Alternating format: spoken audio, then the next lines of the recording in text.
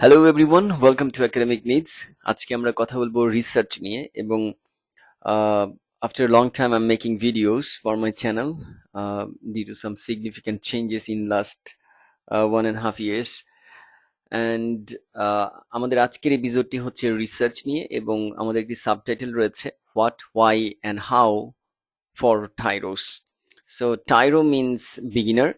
টাইরোস হচ্ছে টাইরোর plural form, অর্থাৎ বিগিনার্সদের জন্য আমরা একটি সিরিজ অফ ভিডিওস বানানোর পরিকল্পনা করেছি এবং আমাদের আলাদা একটি প্লেলিস্ট থাকবে। সেই প্লেলিস্টের আন্ডারে আমরা এই ভিডিওগুলো দিব, যেগুলো hopefully every week you will have 1 or 2 videos on research in this channel from now on.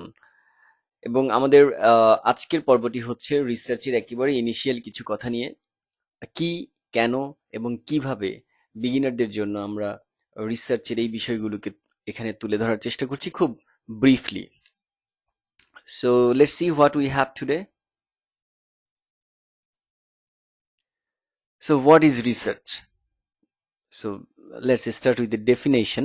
Research is a systematic process of gathering, analyzing, and interpreting information, that means data, to increase understanding and knowledge about a topic or solve a specific problem. খুব সহজ একটা কথা। একটা systematic process যেখানে আমরা কিছু information বা data collect করব, অ্যানালাইজ করব এবং সেগুলোকে ইন্টারপ্রেট করব to increase understanding and knowledge about a particular topic or solve a specific problem. So একটা প্রবলেম থাকবে কোনো একটা পার্টিকুলার টপিকের উপরে, কোনো ফিল্ডের উপরে আমরা একটি প্রবলেমকে সামনে রেখে রিসার্চ করব, কারণ প্রবলেম না থাকলে তো রিসার্চ করার কোনো প্রয়োজন নাই। প্রবলেম আছে বলে আমরা সলিউশন করব। So that is research. So এখানে আমাদের পরের স্লাইডে তিনজন স্কলারের ডেফিনেশন রয়েছে। সো জর্জি বলেছেন, research is to see what everybody else has seen and to think what nobody else has thought. খুব চমৎকার।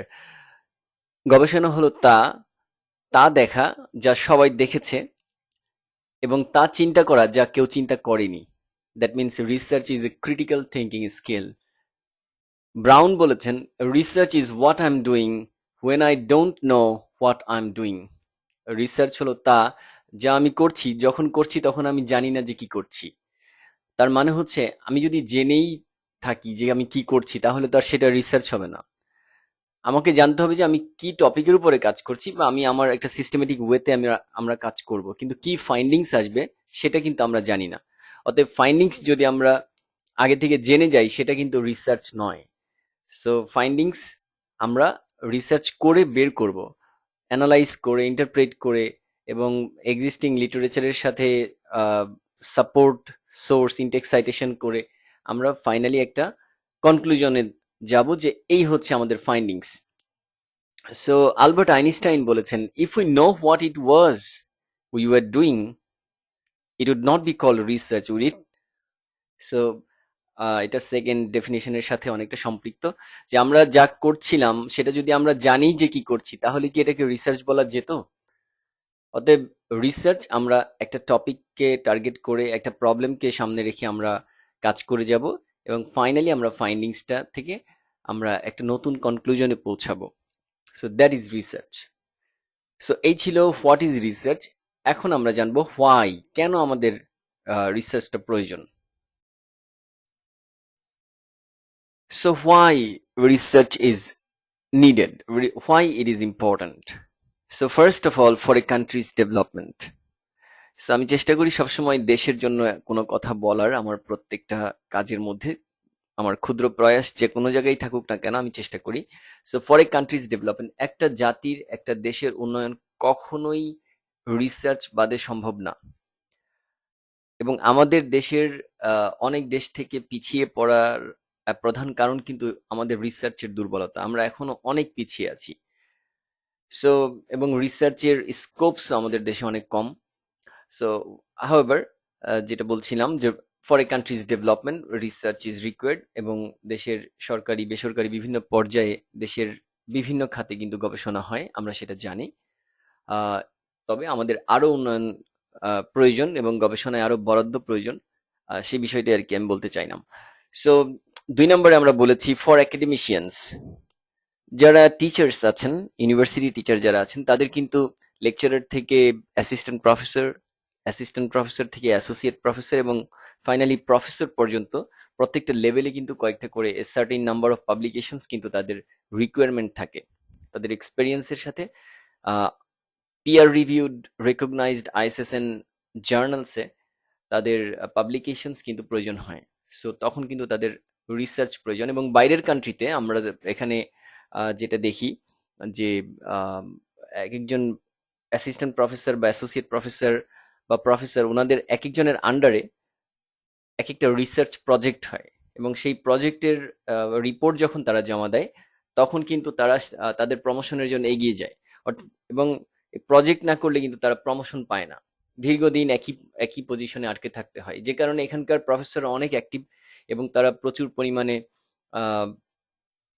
রিসার্চ করে থাকেন এবং সরকারি বেসরকারি বিভিন্ন পর্যায়ে তারা বিভিন্ন প্রজেক্ট নেন এবং ইউনিভার্সিটির ইনিশিয়েটিভেও অনেক সময় প্রজেক্ট নেওয়া হয়, সেগুলোও বিভিন্ন প্রফেসররা করেন।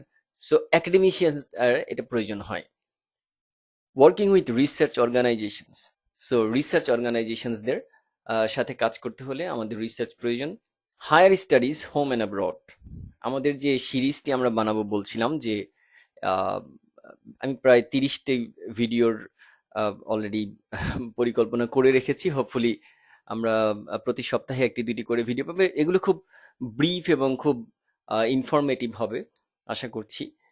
যারা বিশেষ করে আমার ভিডিওসগুলো হবে ইয়াং জেনারেশনদের জন্য, অর্থাৎ যারা টিনেজার্স বা ইউথ, যারা হায়ার স্টাডিজ জন্য বাইরে আসবে বা দেশে হায়ার স্টাডিজ করবে, অর্থাৎ এমফিল পিএইচডি যারা করবে বা দেশের বাইরে যারা মাস্টার্স পিএইচডি করতে আসবে, তাদের জন্য কিন্তু আমার এই সিরিজগুলি, এই সিরিজের ভিডিওগুলি অনেক কাজে দিবে।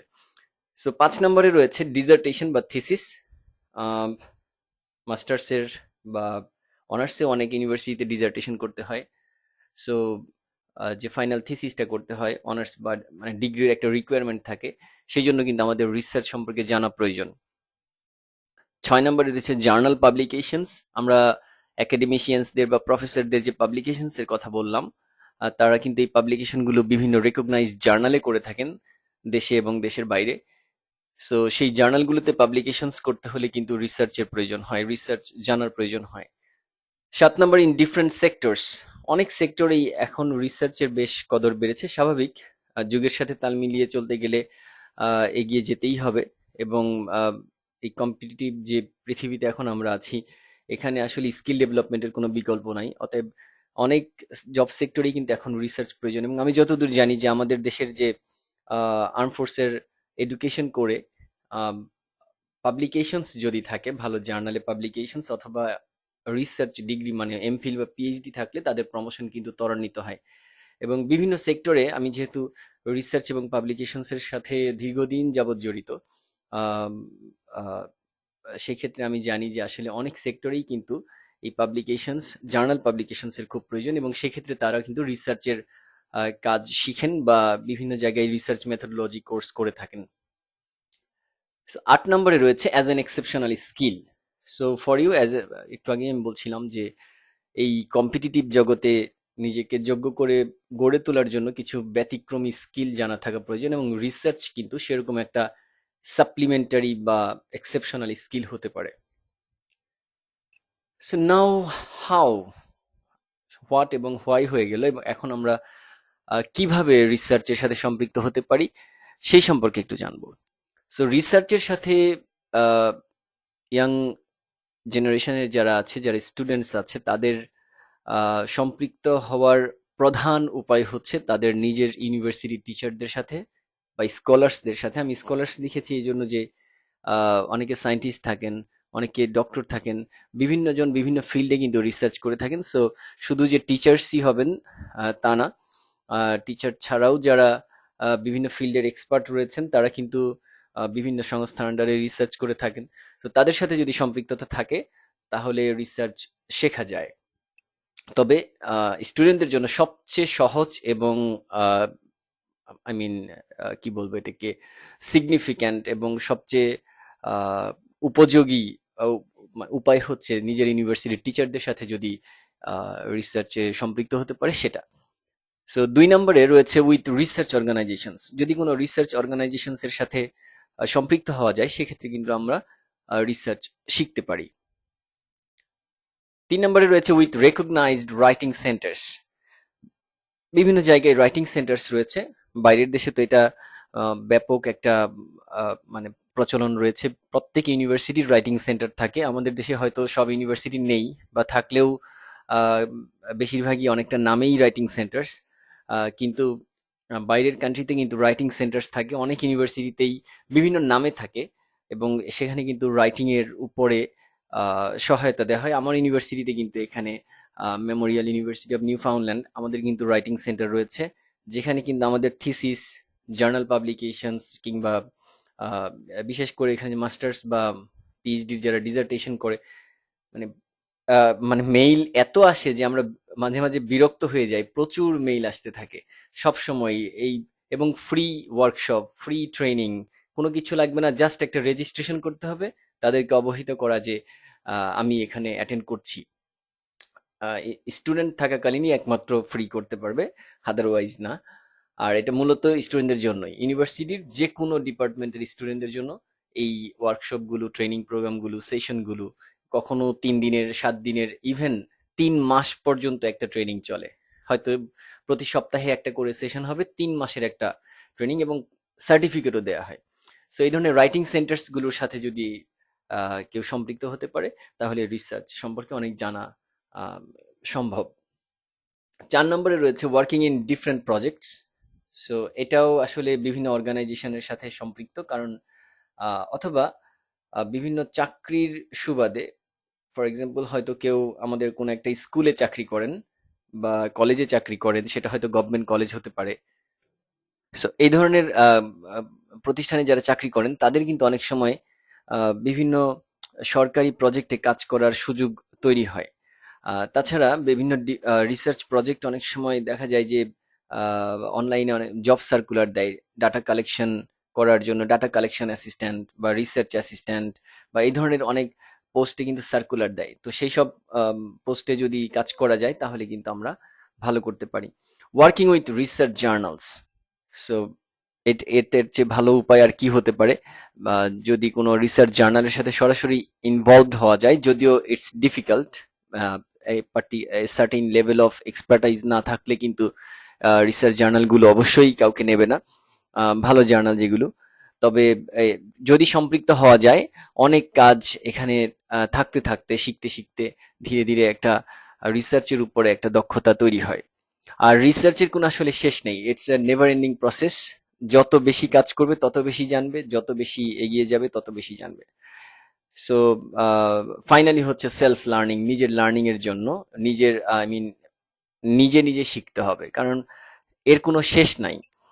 আমি for it's my fourth masters, যদি এটা থিসিস বেস মাস্টার্স, আমি এখানে যেটা করছি কানাডাতে, সেটা আমাদের দেশের অনেকটা এমফিল এর মতো। আমাদের এমফিলে আমাদের দেশে হয়তো 3টা কোর্স করতে হয়, তারপরে একটা বড় থিসিস করতে হয়। আমার এখানে 6টা কোর্স করতে হচ্ছে, এবং আহ, বড় একটা থিসিস আমাদের করতে হয় এখানে। So I am doing my thesis right now. So এই সেলফ লার্নিংটা আসলে এমন হয়, আমাদের দেশে আমি 3টা মাস্টার্স করেছি, প্রত্যেক মাস্টার্সই কিন্তু আমার রিসার্চ মেথোডোলজি কোর্স ছিল। সো এই প্রত্যেকটা মাস্টার্স কিন্তু আমি আলাদা আলাদা ভাবে জেনেছি। সো শেখার কোনো আসলে শেষ নাই। সো সেলফ লার্নিং, এটা নিজের শিখতে হবে, ইউটিউব ঘেটে, ইন্টারনেট ঘেটে, বিভিন্ন জার্নালস ঘেটে, আহ, বিভিন্ন বই পুস্তক পড়ে, মানে এটা শেখার আসলে কোনো শেষ নাই, নিজে নিজে শিখতে হবে। So that's the way how we can enrich or enhance our knowledge on research. So I think there's everything for today. What, why, and how of research for the beginners. So thank you very much. Thank you once again. সবাই ভালো থাকবেন। আল্লাহ হাফেজ।